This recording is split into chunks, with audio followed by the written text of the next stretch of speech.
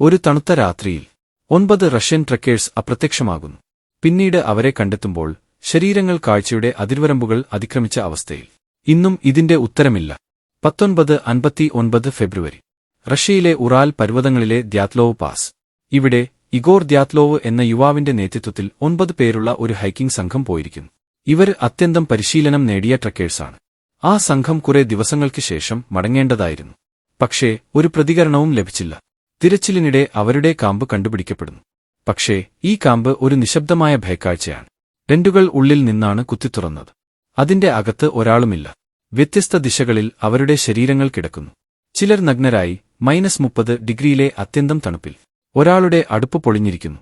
മറ്റൊരാൾക്ക് നക്കിയ നാവും ഒറ്റ കണ്ണുമാണ് ശേഷിച്ചത്.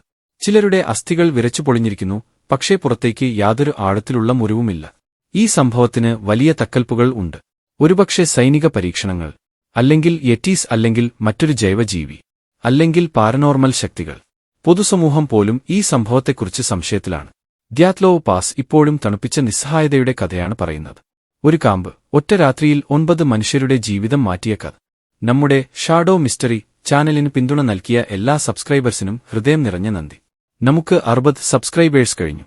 സഹായിച്ച എല്ലാവർക്കും നന്ദി.